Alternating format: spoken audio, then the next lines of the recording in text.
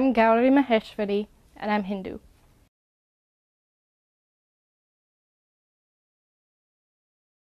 I would define religion as the study of the spirit and of how everything came to be.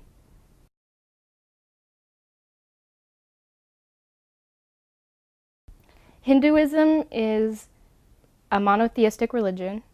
It believes in one God that is all-pervasive, both immanent and transcendent.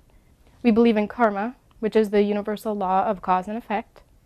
We believe in rebirth, in reincarnation, and eventually, once we have become perfected, we'll achieve moksha, where we'll merge with God. We believe in dharma, which is the necessity of righteous living, of living and seeing God within everybody, and doing our duty to society. We believe that every religion is valid, that the passion within each religion is what's important and not what name they call the God.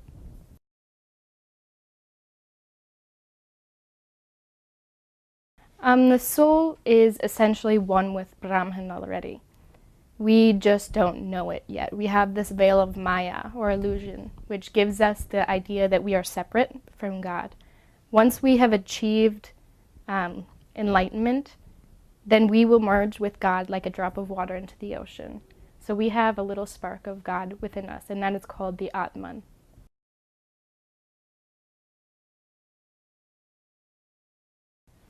We have a lot of sacred texts. We have the Vedas, which are the most important texts. They came from the rishis, or the seers, in ancient India. When they were meditating, they heard the voice of God, and they heard the voice of God, and they spread the word. And it finally became written down after thousands and thousands of years. We also have the epics like the Mahabharata, which has the Bhagavad Gita in it. And those capture the essence of what the Vedas are about and bring it to a level that everyone can understand. We have the Upanishads, which were written by saints in the forest. They would go alone and meditate and write down what they thought and what they felt. And those are deeply mystical and spiritual and require a lot of study. The Ramayana has Ram and Sita and Hanuman, who show us how to be good people. And it applies in every era. The stories are so universal that whenever we have a problem, we can just look to that text. It's huge, so it will touch on anything that we need to know. And it'll give us guidance on what we should do and how we should behave.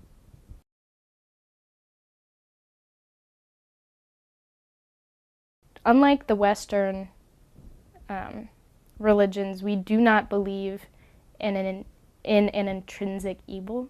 Hinduism doesn't have an eternal heaven and hell. It has states of being where karma is burned off, either good or bad, and we're reborn once it equalizes. Karma can go into your next incarnation or 100 incarnations after that. There is no place that non-believers will go. If you have faith, then you're a good person, then you achieve good karma.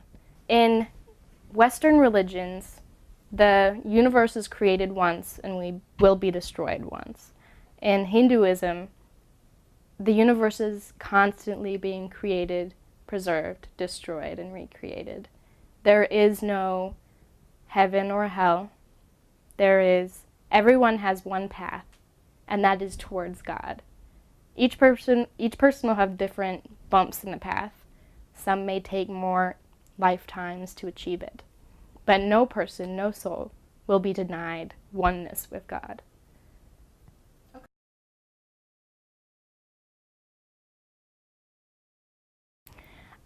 Hindus do not try to convert people into their faith usually.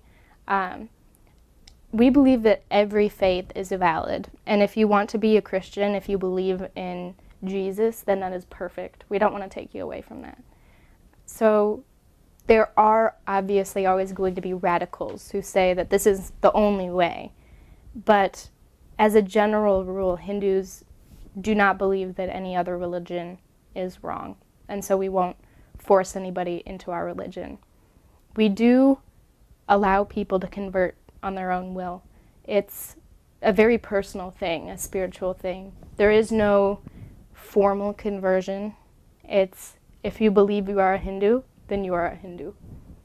So a lot of people like to change their name, like me, to symbolize their new faith, or the faith that was always there, just not realized. So that is very much a personal thing and not required.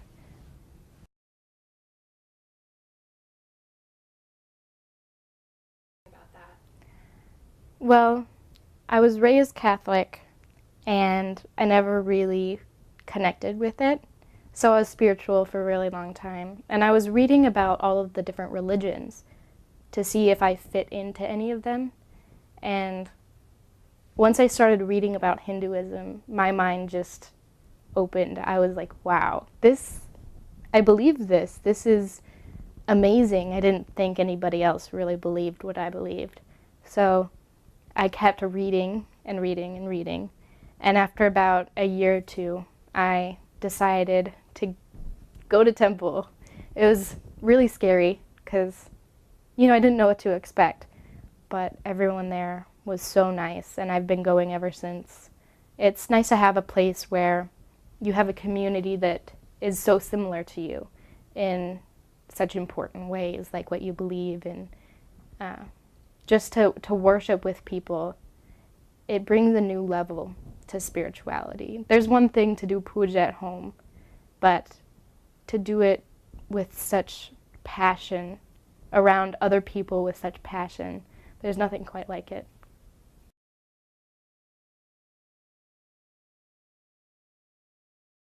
There are a lot of misconceptions about Hinduism. One is that we are polytheistic.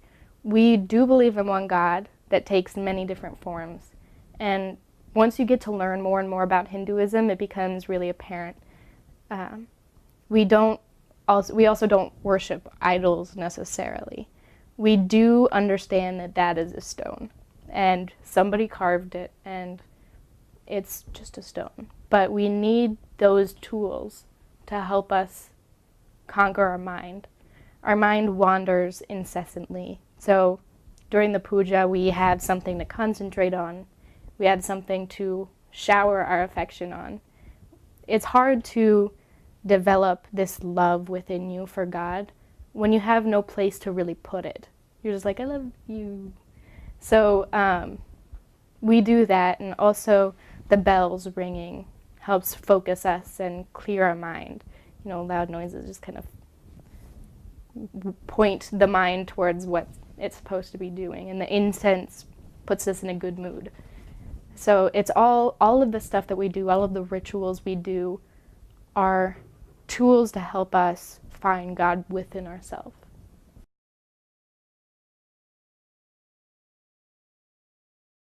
It's all about oneness, all about being part of that supreme Brahman and realizing that both within yourself and within others. And by doing that, everything else will fall into place. If you see God within everything, you'll act right. You'll do the things that you need to do.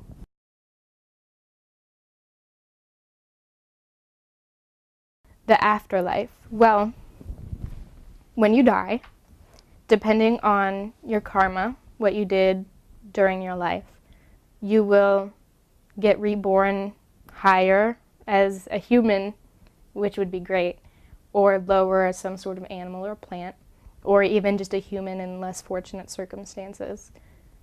And it all just depends on what goals you need to achieve. If you need to realize humility, then you'll be placed in a life where you understand what it's like to be lower, and you realize the equality of everybody. So there's not really a heaven and hell. Your karma burns out mostly in this life. The things that you go through will get you better or worse karma. And it is possible to burn off karma between lives, but heaven and hell aren't really a big part of Hinduism. And once you have evolved and have become enlightened, then you merge with God.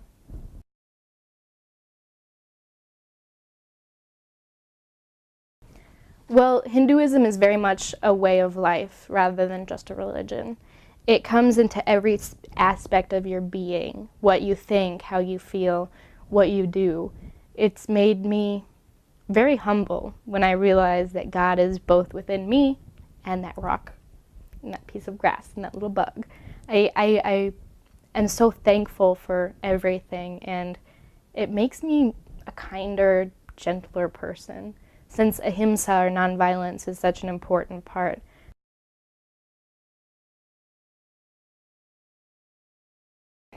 So the main deities in Hinduism are Brahma, Vishnu, and Shiva.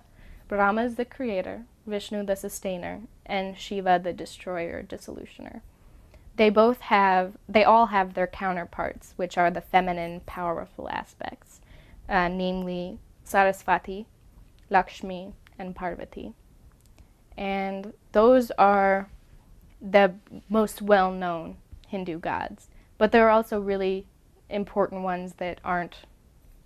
But there are also other ones that are important as well. Ganesha is extremely important in every Hindu's life, as he removes the obstacles for worship, for becoming a better person, for evolution.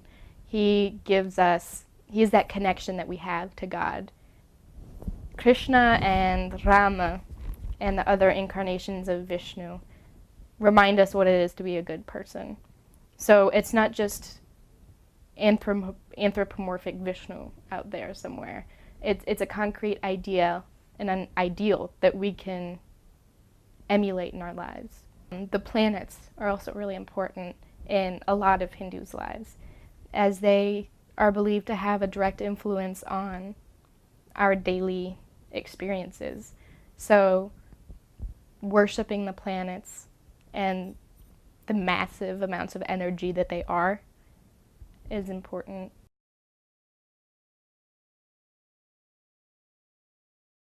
How would I characterize God? At its essence is Brahman. God is not characterizable. He is without attributes, without form, totally beyond our perception. Our tiny little human brains can't understand it. If I was to describe the different deities that God has formed, I could do that. Ganesha has a great sense of humor. He's gentle and easy to please. Vishnu is full of love and compassion, and Shiva is strong in the most soft ways, if it makes sense. He's like water that wears away the stone. He is so flexible that it's powerful. God takes different forms depending on which job he has to do. So like a man can be a husband, a father, and a fireman. He's the same man, but is called by different things depending on what he does. And so that's what God is like when he's Brahma and Vishnu and Shiva.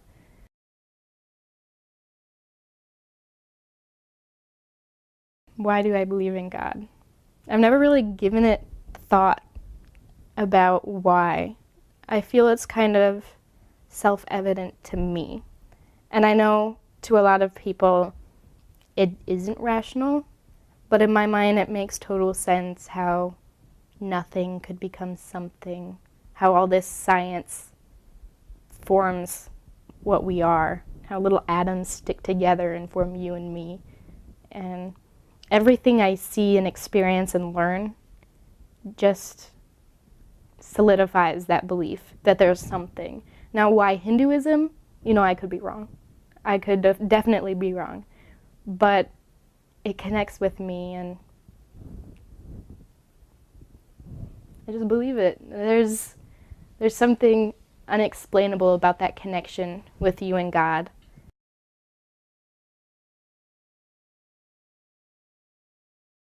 My religion is important to me because it is the essence of life. It is the essence of what I'm doing here and why I'm doing it.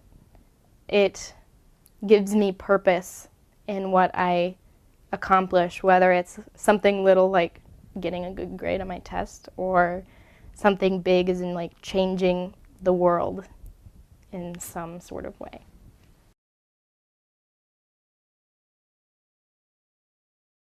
Hindus worship at the temple and at home in their little mandirs, the little puja rooms.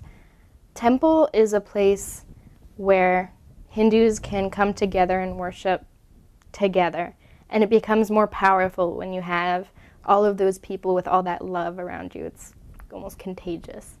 And we treat God like a king at temple. We perform abhishekam, which is a bath of all the sweetest liquids we have. We give him our best food and our best flowers. We give him incense and chant his names, and that helps us to bring out that devotion that is within us, bring out that connection to God. And when there's other people there, the vibrations are just stronger and stronger. And at home, we can't go to temple every day. Some do, but religion and worship is important every day. And so we'll have something at home, whether it's simply just putting a flower on the Lord or saying, namaste, and keeping that within your mind all day.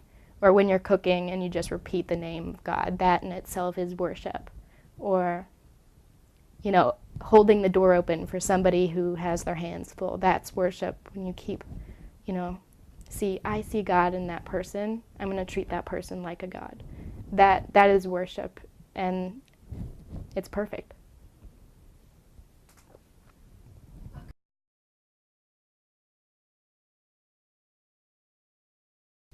A puja is where we treat God as best we can to show our devotion. How can you really express how much you love somebody? You do it through action, and so that's what we're doing. We have the murti, the idol, that we can focus our devotion to, and we treat it as best we can with all the, the bells and whistles to help us get that devotion out. And a puja is where we focus our devotion to God. And it can be in any form. It can be simply, chanting God's name with incense or flowers. It can be 3-hour long, mantras and bhajans and different hymns. It can be full abhishekam or just a simple light going around. It takes whatever form the devotee needs it to be, because the puja is really there for the devotee it's a structure for us to worship with.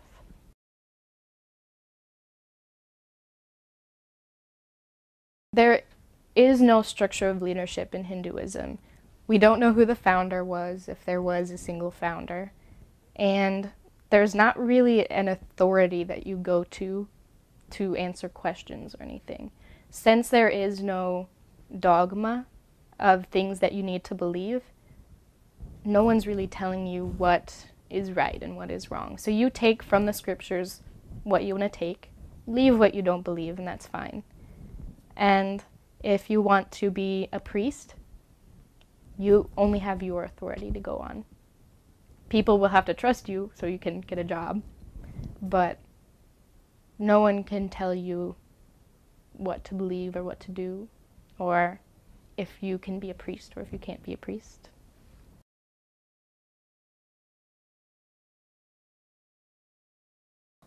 The role of the priest is to take care of the idols, the deities, and also to perform the pujas and the abhishekams. He or she chants the Vedas, different excerpts from the Vedas, the mantras and everything. They know what they're doing, and they know the the mantras have vibrations, and so they bring with those mantras great vibrations into the area. And they also know, how to, they're pure inside. They've done practices that have made them more pure, and that makes them fit to do, all these different things.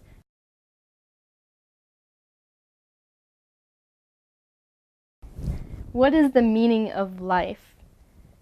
The meaning of life is to evolve. And, well, God has refracted into so many colors, and he is painting a masterpiece. So, just as a painter makes changes to the piece and grows on it and builds on it until it's perfect, so do we grow and change and build on ourselves until we're perfect as well. And once we become perfect, then we can go to God. And the meaning behind all this is God's divine dance, his divine play. Since we are essentially God, ask yourself, why are you here? Because it's fun.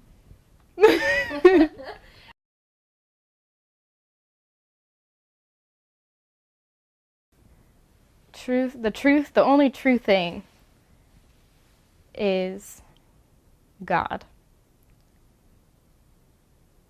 Oh man, what is truth? We don't really know what the truth is, honestly. We try to know, and we get really close to it, but there is no one truth. The truth is different for everybody in different situations. The truth for me 10 years ago is different from the truth to me now, but they're both still the truth. There is no one truth. The truth is different for everybody, and it's constantly changing.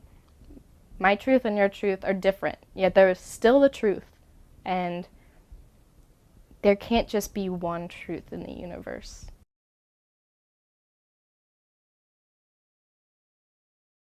There's one that comforts me.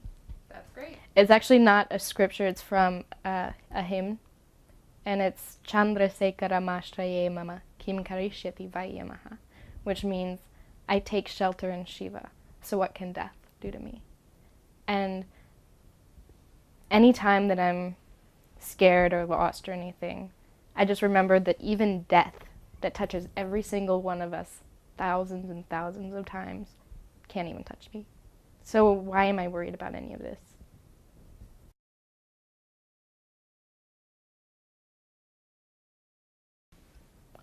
It was more of a gradual process, but when I attended my first Abhishekam, it was Lakshmi, I remember, and there was just this energy, this feeling, that was just like, I am where I belong.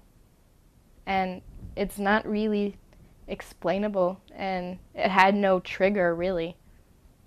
But I just remember thinking, I'm at home. I found it.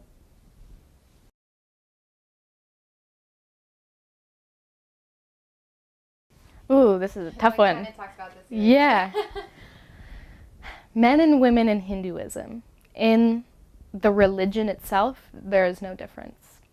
In the culture of Hinduism, there can be a difference, especially when you go back. It changes over time. The role of women and men in Hinduism in the very beginning, right when the Vedas were being composed, there was no difference. Then after the Muslim invasion, everyone wanted to protect their women, so they stayed in the house, and the men went out and fought. That created a culture where there was a separation between men and women, that the women had this place, they needed protection from this outside force, and it became common to think that women weren't powerful anymore, which is totally opposite from Shakti. The very meaning of the word, the feminine, is power.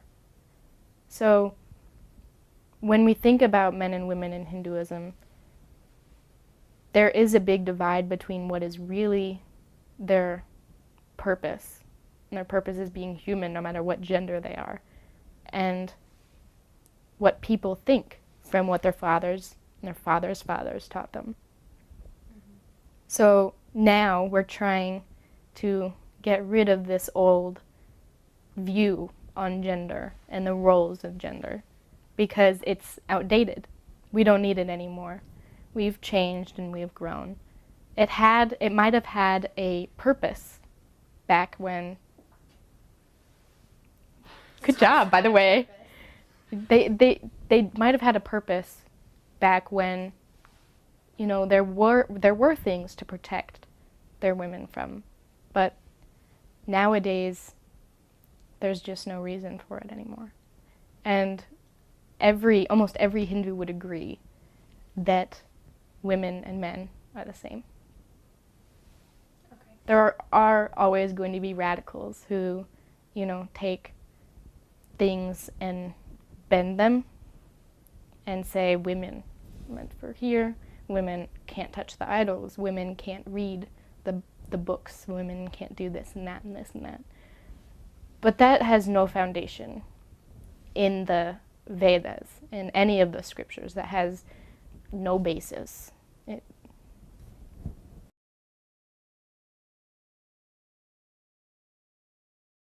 The bindi is where there's the chakra, which is the eye of spiritual insight. And there are a lot of theories about how how the bindi came about. Some say that we wanted to keep the bindi cool, or that area cool, because it would create clearer flows of energy. Also, when you see the bindi on somebody, you remember they have God within them. I have to treat them like they have God in them. And so it reminds you that that person is not just something, that is someone. And it creates that respect. It also is just a symbol of we believe in the same thing. Okay.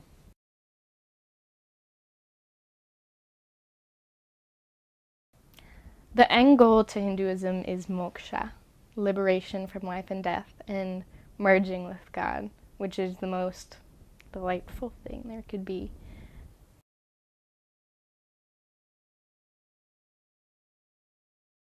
Well, that varies. I've had great experiences with every religion, also negative experiences with every religion. It doesn't really seem to matter which religion I'm talking to. It's if they're extremists or not. There are a lot of Christians that I know that don't really see a difference between us. That we're two people that have a religion, that believe in God, that spread peace and love. And so that's great. And there are other people who say, you're wrong, you're a pagan, you're all these bad things. Satan has captured you into his claws. If Satan has claws. If Satan has claws. Good metaphor, though. Thanks. And so it really depends. I don't see any relationship between which religion I'm talking to, and I've had great experiences with a lot of people and bad experiences with some people. Okay.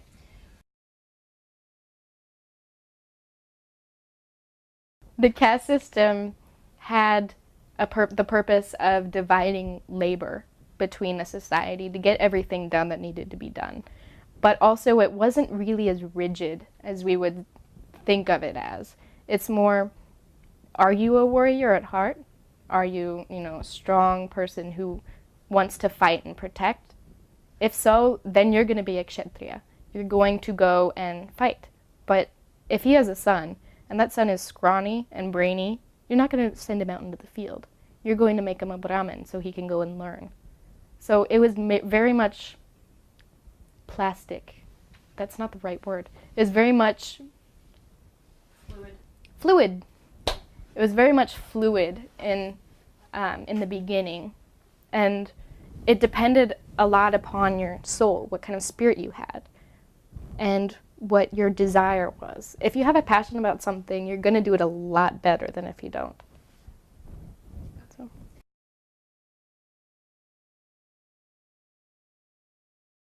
Yes, because we all have truths in our religions, and we also all have man-made things in our religions. So, you know, we interact with people of all religions every day. We need to know how to respect them, how to relate to them, and it's also just common courtesy, really. And religions in Hinduism, it doesn't matter what religion you are. So why not learn about them?